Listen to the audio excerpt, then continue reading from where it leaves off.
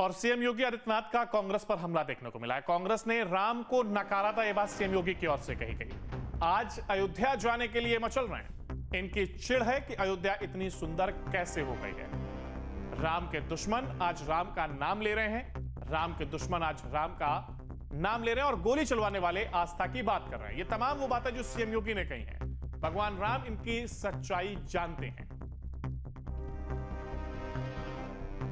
और बीजेपी विधायक नंदकिशोर गुर्जर हमारे साथ फोन लाइन पर जुड़ गए हैं। नंदकिशोर जी, देखिए, जिस तरीके से राम मंदिर को लेकर के एक तरफ जहां सियासत हो रही है, वहीं मुख्यमंत्री की ओर से साफ और कह सकते हैं कड़े शब्दों में अपनी बात को रखा उन्होंने। देखिए, माननीय मुख्यमंत्री जी ने जो सच्चाई है उसको सामने लाया देश के सामने। सारा देश जानता है एक काल ने भी राक्षस था रामायण के टाइम में। वो हनुमान जी को राम राम करके भ्रमित करना चाहता था।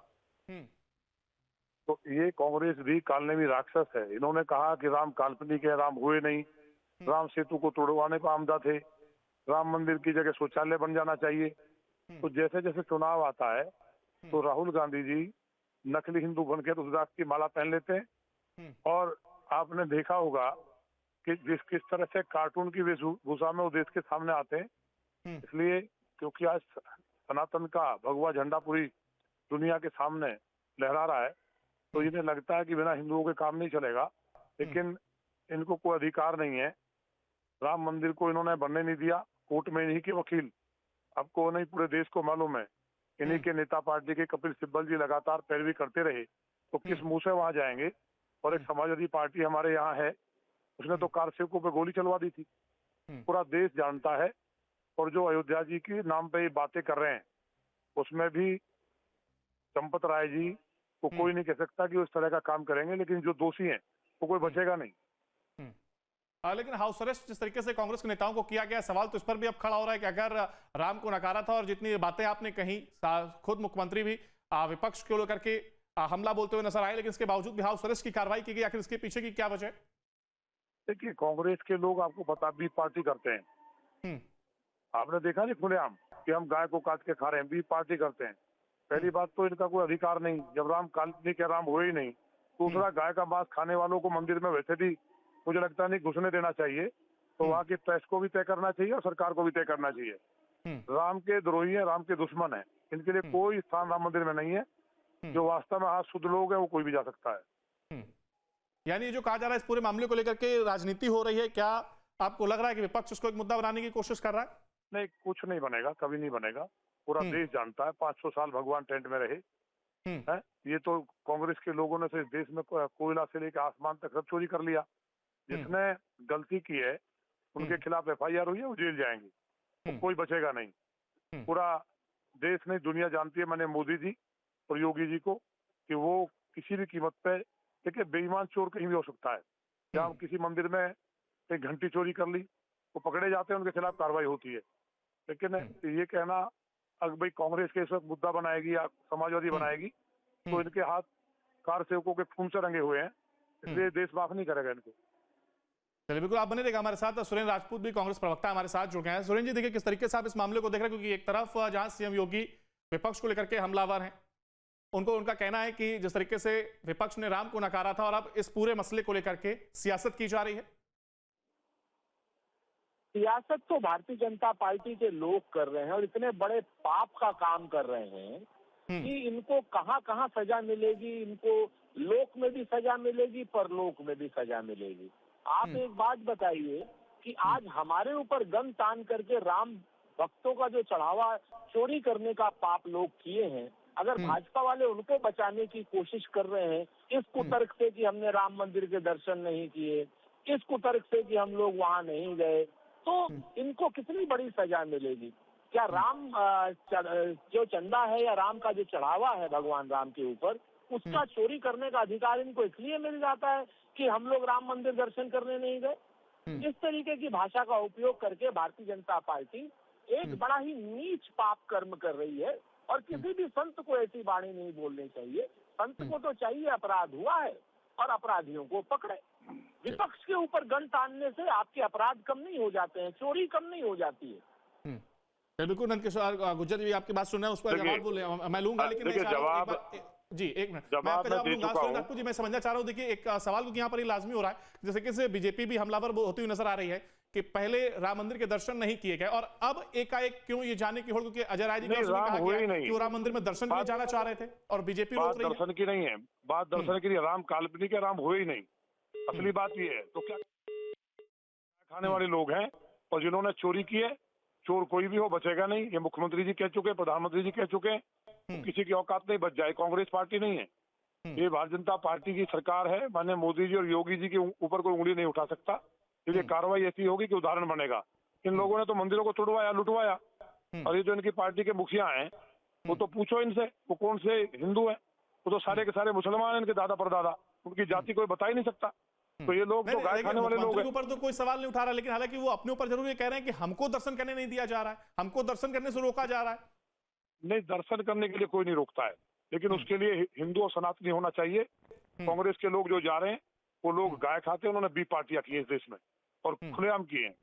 इन लोगों ने भगवान राम को बोला कि राम है ही नहीं, तो क्या करने जा रहे हैं? ये राम काल्पनिक है, तो ये तो हमेशा रामद्रोही रहे हैं। ये तो पूरी तरह से इनके हाथ जो हैं, इस तरह इन लोगों ने तमाम उदाहरण हैं, केवल राम मंदिर के नहीं, तमाम जगह बटला हाउस कांड में जो आतंकवादी जिन्होंने मंदिरों में विस्फोट किए थे, वह सोनिया गांधी जी का बयान आया कि मैं रात भर सोई नहीं, मैं बहुत रोई। तो इनका चरित्र तो देश के सामने है, तो इनका कोई नैतिक अधिकार नहीं है। बिल्कुल, फिलहाल बहुत शुक्रिया अनंत किशोर जी आपका हमारे साथ जुड़ने के लिए और इस तमाम जानकारी को साझा करने के लिए। देखिए सीएम योगी आदित्यनाथ के जिस तरीके से आज मंच से अपनी बात को रखा है और विपक्ष पर वो इस दौरान हमलावर नजर आए हैं। मुद्दा ये कि जिस तरीके से राम मंदिर का भी ये मामला और विपक्ष और सत्तापक्ष दोनों आमने सामने नजर आ रहे हैं, सीएम योगी ने मंच से आज विपक्ष को घेरा है।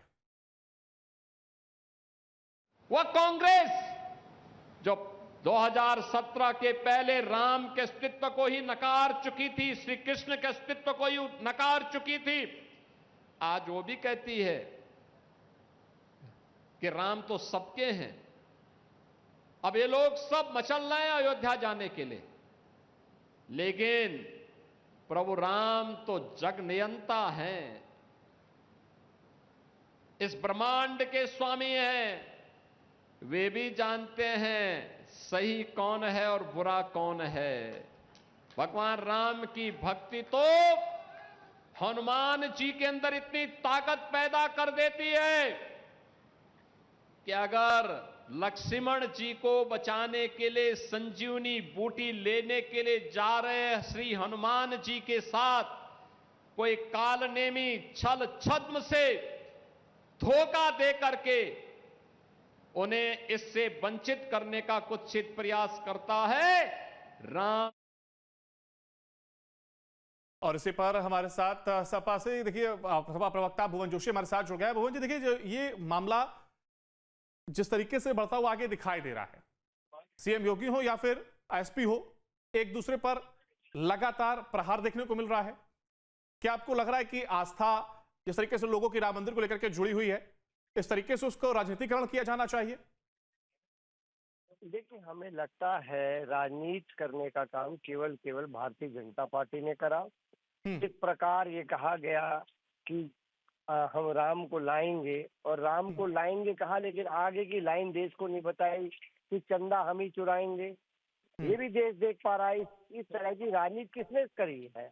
हम लोग तो चाहते हैं कि हमारी आस्था, हमारे सनातन पर जो हमला भारतीय जनता पार्टी, आरएसएस और विश्व हिंदू परिषद के लोगों ने करा है, उसके साथ हम लोगों की जो भावनाएं आहत हुई हैं, हम सनातनियों की, हम आस्थावान भगवान राम को मानने वाले हम समाजवादियों की जो भावना आहत हुई है, वो न्याय मिले। जो इस भगवान राम को मानने वाले इस देश में नहीं है, विश्व में लोग हैं, लेकिन निश्चित तौर पर हमारी सबकी भावनाएं आहत है।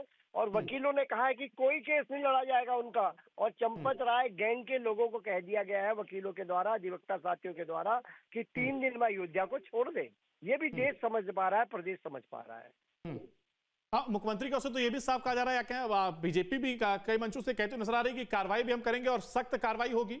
इसको किस तरीके से आप देख रहे हैं, क्योंकि इसके बावजूद भी आप कह रहे हैं कि आप जी देखिए, कार्रवाई पर प्रदेश को और देश की जनता को इसलिए विश्वास नहीं है कि जो कंप्लेंट करता है वो भी ट्रस्ट का मेंबर है, जो जांच कर रहे हैं वो मुख्यमंत्री के सबसे करीबी आदमी है, और रिपोर्ट किसको करनी है? मुख्यमंत्री को करनी है। क्यों नहीं इसकी निष्पक्ष जांच कराने की व्यवस्था सरकार के द्वारा या कर ट्रस्ट के द्वारा करी गई? लेकिन हम ये देख पा रहे हैं ये केवल मगरमच्छों को बचाने का प्रयास है, और हम कहना चाहते हैं ये केवल छोटे मछलियों की बलि देकर मगरमच्छों को बचा दिया जाएगा। जिस तरीके से आरोप लगाया जा रहा है, आपने जिक्र भी किया कि मगरमच्छों को बचाया जा रहा है, मुख्यमंत्री की ओर से कहा गया था कि अगर आपके पास कोई सबूत है तो वो पेश किए जाए और एसआईटी की रिपोर्ट का इंतजार किया जाए। तो क्या कार्रवाई करना फिर उतना आसान नहीं होगा, या खाली आरोप लगा देने से चीजें हो जाएंगी? देखिए, पहले तो मैं इतना आपके चैनल को बताना चाहता हूं, केवल माननीय अखिलेश यादव जी ने इस मामले को देश के पटल में रखा, जिसके कारण आज सनातनियों की भावनाओं के अनुरूप हम ये देख पा रहे हैं कि न्याय की प्रक्रिया थोड़ी शुरू हो पाई है। अगर माननीय अखिलेश यादव जी इसको लाते नहीं, और शुरू में इन्होंने बार बार ये कहा कि इस तरह की घटना नहीं हुई है, लेकिन मैं कहना चाहता हूँ ये चंपत राय गैंग की डकैती इस देश ने देखी है।